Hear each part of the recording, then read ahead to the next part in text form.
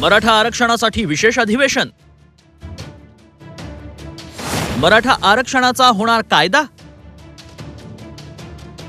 सगळे सोयरे शब्दासह मिळणार मराठा आरक्षण. मराठा समाजासाठी आता आरक्षण मिळणार आहे. त्यासाठी मुंबईत पार पडणार आहे विशेष अधिवेशन. मराठा समाजाला टिकणारं आणि कायद्याच्या चौकटीत बसणारं आरक्षण देण्याची ग्वाही मुख्यमंत्री एकनाथ शिंदेंनी दिली आहे.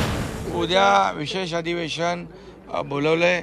मराठा समाजाला टिकणारं, कायद्याच्या चौकटीत बसणारं आरक्षण देण्यासाठी, ओबीसी किंवा इतर कुठल्याही समाजावर अन्याय न करता मराठा समाजाला टिकणारं, कायद्याच्या कसोटीवर आणि चौकटीत बसणारं आरक्षण देण्यासंदर्भात उद्या विशेष अधिवेशन सरकारने घेतलेलं आहे.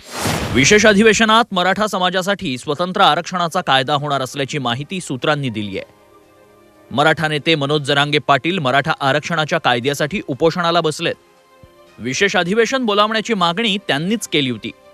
विशेष अधिवेशनात सगळे सोयरे कायदा करावाच लागेल, नाहीतर 21 तारखेला पुन्हा मराठा आंदोलन सुरू करण्याचा इशारा जरांगेंनी दिलाय.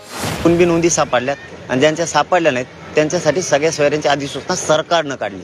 हे याच्यातलं महत्त्वाचं विशेष आहे. त्यामुळे त्या अधिसूचनेची अंमलबजावणी सरकारला करावी लागणार आहे. जरी मागासवर्ग आयोगाचा अहवाल घेऊन सरकारनं कायदा पारित केला तरी तोही याच गोरगरिबाच्या आंदोलनामुळे त्यांना ते मिळतंय.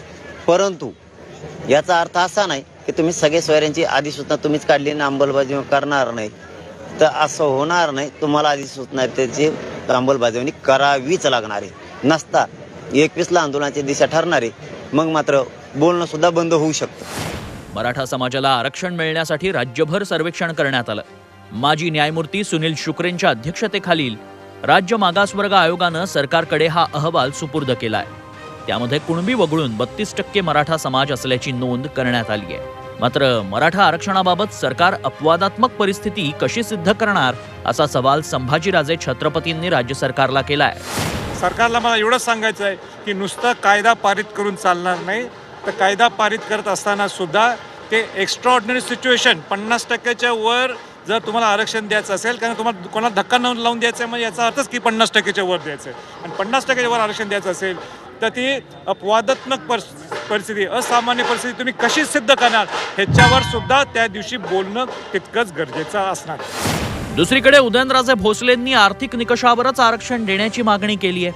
इकॉनॉमिकली बॅकवर्ड क्लास, ते फक्त बॅकवर्ड क्लासला न लागू करता मग कोणी पण असू दे, कुठल्याही जाती धर्मातला व्यक्ती जरी असला तर जो आर्थिकदृष्ट्या तो सक्षम नाही आहे त्यांना मदत करणं हे त्यावेळेसचं त्यांचा विचार आहे. आणि जो होता तो खरं तर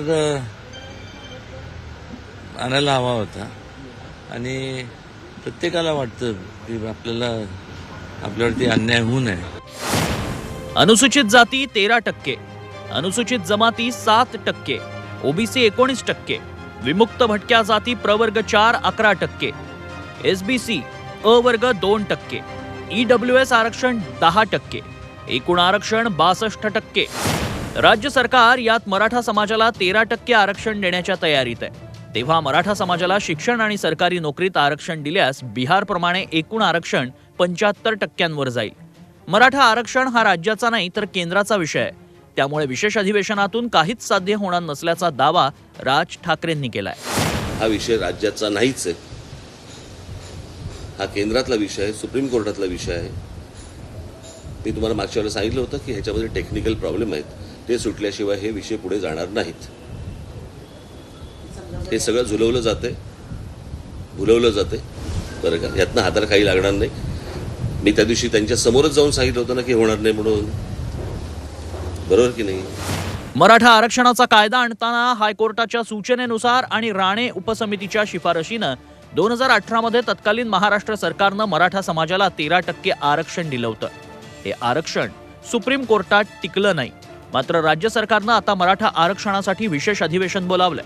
त्यात मराठा आरक्षणाचा नवीन कायदा पारित होणार असल्याची माहिती सूत्रांकडनं मिळतेय. तेव्हा विशेष अधिवेशनाकडे संपूर्ण महाराष्ट्राचंच लक्ष लागलंय. हेमंत चापुडेसह ब्युरो रिपोर्ट झी 24 तास.